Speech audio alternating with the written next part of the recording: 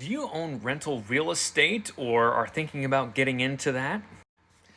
My name is Paul Vazquez with Tax Lab, and you need to become an ethical millionaire. So, are you interested in real estate rental activities? Are you wanting to buy some real estate, throw some renters in there? Maybe you already have some real estate and you're going to get that second home and rent out the first to help pay down that new mortgage.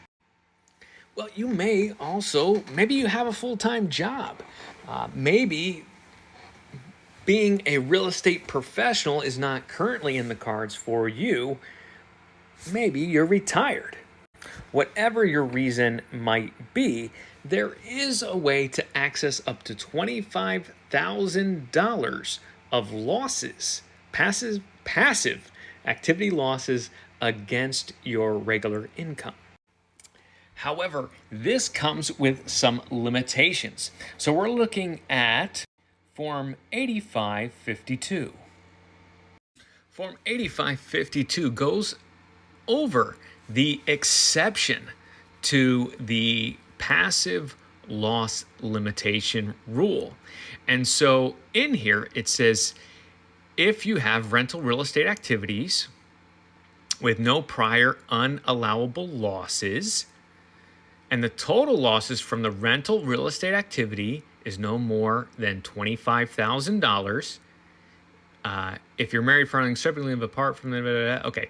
Current prior year, your modified, this is the part that's probably more important, your modified adjusted gross income was not more than $100,000. And you do not hold interest in real estate activity as a limited partner. So for the majority of you, if you bought that rental real estate and you're the 100% owner of it, and you pick the tenants, you write the contracts, you do those kinds of things, you oversee and assign the grounds work, and your income is under $100,000 for the majority of you. If you're married filing separately, it drops down to 50. And your losses aren't that huge, meaning you're probably utilizing the income up to pay off another mortgage. Then you could utilize this exception to tap into up to $25,000 of those losses against your other forms of income. Now, regularly, your passive activity losses are going to go against other passive activities. So if you don't qualify for this exception, then you might want to be looking at some of the other possible exceptions to this rule. And they're out there. But this is kind of like the low-hanging fruit of it. If you're under the $100,000, it's a simpler,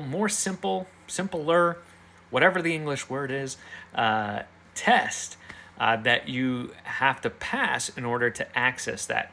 Now, once you get over that $150,000 a year, you might have to get more aggressive or really look into some of the other methods. But for people just getting started in rental real estate, for maybe some retirees who they have that as a portion of their income, but they're not making over $100,000. Maybe kind of middle America. This may be available for you. But once again, this is really generalized advice. It may or may not be the best option for you. To find out what's the best tax strategies for you in your life, go to lab.tax, click on Advisory Services, and schedule your free 15-minute introductory phone call. We'll talk to you about our comprehensive consult, and that allows us to get an idea of what's going on. Because we want to create that strategy to help you become a millionaire and do it through legal methods that are allowable under the tax code. And just like a navigator at sea, if you're wrong about where you're starting, there's a high chance you're going to miss your destination. We don't want you to do that. So go ahead and utilize our services, subscribe here, and keep yourself informed of all the benefits and all the options that are available to you to become an ethical millionaire. I wish you guys all the success.